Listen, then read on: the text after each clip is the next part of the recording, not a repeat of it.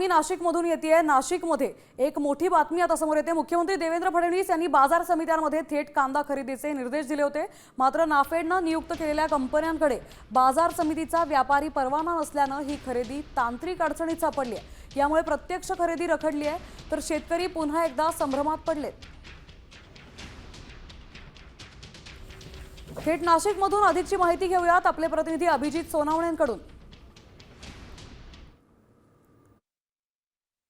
सर्वात महत्त्वाची बाब म्हणजे 2च दिवसांपूर्वी मुख्यमंत्र्यांनी नाफेडला थेट बाजार समितीतून कांदा खरेदी करण्याचे आदेश दिलेले होते। मात्र आता जी बाब समोर येते त्यानुसार नाफेडने ज्या सहकारी संस्थांना कांदा खरेदीसाठी नियुक्त केलेला आहे त्या सहकारी संस्थांकडे थेट बाजार समितीतून कांदा खरेदीचा व्यापारी परवाना नसल्यामुळे आता तांत्रिक अडचण या सगळ्या निमित्ताने निर्माण झालेली आपल्याला बघायला मिळते।